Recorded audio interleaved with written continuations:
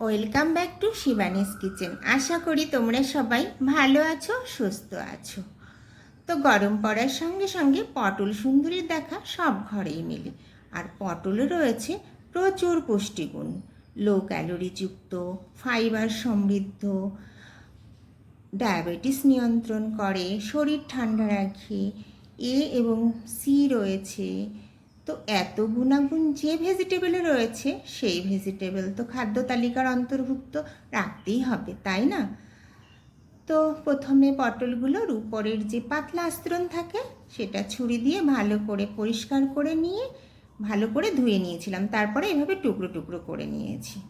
তো রান্নাতে যাবার আগে আমার চ্যানেলের নতুন বন্ধুদের কাছে চ্যানেলটি সাবস্ক্রাইব করার জন্য অনুরোধ রইল। আর পাশে থাকা বেল আইকনটি প্রেস করতে ভুলো না কিন্তু, যাতে করে আমার রান্নার প্রথম নোটিফিকেশন তুমিই পেতে পারো। তো একটা কড়াই বসিয়ে তাতে জল দিয়ে 1 চামচ নুন দিয়ে দিয়েছিলাম। জলটা ফুটে ওঠার পরে কেটে রাখা পটলগুলো দিয়ে দিলাম। এবার ওই নুন জলের সঙ্গে পটলগুলো ভালো করে মিশিয়ে নেব। একটা ঢাকনা দিয়ে ঢেকে দেব, যাতে করে পটলটা তাড়াতাড়ি সিদ্ধ হয়ে যায়। মাঝে মাঝে ঢাকনা তুলে একটু নেড়ে দেব, আবার ঢেকে দেব। এইভাবে ঢাকনা দিয়ে ঢেকে ঢেকে পটলটা আমি সিদ্ধ করে নেব। তো জলটা টেনেই গেছে আর পটলটাও খুব ভালো করে সিদ্ধ হয়ে গেছে। এরকম অবস্থায় পটলগুলো তুলে একটু ঠান্ডা করে নেব। আর ওই কড়াইতেই আমি ভালো করে আর একটা মশলা তৈরি করে নেব।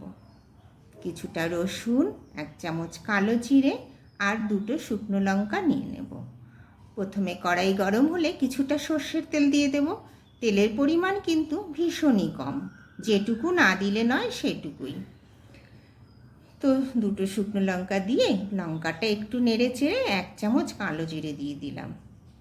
তারপরে দিয়ে দেব বেশ খানিকটা রসুন আর কালো জিরে দুটোই কিন্তু আমাদের শরীরের জন্য উপকারী।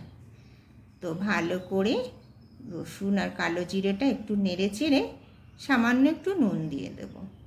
তোমরা চাইলে একটু হলুদ দিলেও দিতে পারো, আমি দেইনি, যেহেতু পটলের যে গ্রিন কালারটা সেটা নষ্ট হয়ে যাবে তাই। সঙ্গে একটা কাঁচা লঙ্কাও দিয়ে দিলাম। লঙ্কাটা তোমরা যে যেরকম ঝাল খেতে পছন্দ করো সেই রকমই দেবে। তো রসুন আর শুকনো লঙ্কা, কালো জিরে এটাও ভাজা হয়ে গেছে, তুলে নিয়েছি, একটু ঠান্ডাও করে নিয়েছি। এবার একটি জারের মধ্যে প্রথমে এই ভাজা মশলাটা, তারপরে সিদ্ধ করা পটলগুলো দিয়ে পেস্ট করে নেব। অনেকে একটু দারদারা পেস্ট পছন্দ করে, বাট আমরা সবাই একটু মিহি পেস্টই ভালোবাসি। তো আমি একদম মিহি পেস্ট করে নেব। এবার ওই কড়াইটাই আবার গ্যাসের উপরে বসিয়ে গ্যাস জ্বালিয়ে দিলাম আর সঙ্গে দিয়ে দিলাম কিছুটা তেল, সর্ষের তেল। আর একটা মাঝারি সাইজের পেঁয়াজ নিয়েছি, ঝিরিঝিরি করে কেটে ওটা তেলের মধ্যে দিয়ে দিলাম। পেঁয়াজের মধ্যে একটুখানি নুন আর একটুখানি চিনি দিয়ে দিলাম।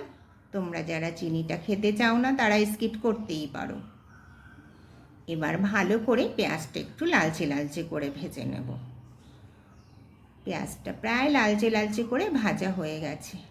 এবারে ওই যে পেস্টটা করে রেখেছিলাম সেটা দিয়ে দেব। দিয়ে ভালো করে পেঁয়াজের সঙ্গে মিশিয়ে এভাবে নেড়ে নেড়ে শুকিয়ে নেব। ভর্তাটা না কিন্তু যত সুন্দর শুকনো শুকনো হবে ততই খেতে ভালো হবে। তো খুব ধৈর্য ধরে আস্তে আস্তে, কখনো গ্যাস বাড়িয়ে কখনো গ্যাস কমিয়ে, এভাবে কনস্ট্যান্টলি নেড়ে নেড়ে এইরকম একটা শুকনো মণ্ড তৈরি করে নিতে হবে। দেখো, এটা দেখেই বুঝতে পারছো যে কড়াই ছেড়ে দিয়েছে, মানে ভর্তাটা রেডি। এবার ভর্তাটা একটা বাটিতে তুলে নিলাম। কিছুটা কাঁচা সর্ষের তেল দিয়ে দেব। যে কোনো ভর্তাতে কাঁচা সর্ষের তেলের ফ্লেভারটা কিন্তু বেশ লাগে। প্রথম পাতে এই রান্নাটি পেলে সবাই কিন্তু আঙ্গুল চেটে খাবে। তো ভর্তা একদম রেডি। তো বন্ধুরা, আমার এই পটল ভর্তার রেসিপি যদি তোমাদের ভালো লেগে থাকে তো লাইক, শেয়ার অ্যান্ড কমেন্টস করে জানাতে ভুলো না কিন্তু। ফ্রেন্ডস অ্যান্ড রিলেটিভদের মধ্যে শেয়ার করে দিও। ভালো থেকো, সুস্থ থেকো, আজ তবে এই পর্যন্তই, আবার ফিরে আসবো নতুন কোনো রেসিপির সঙ্গে।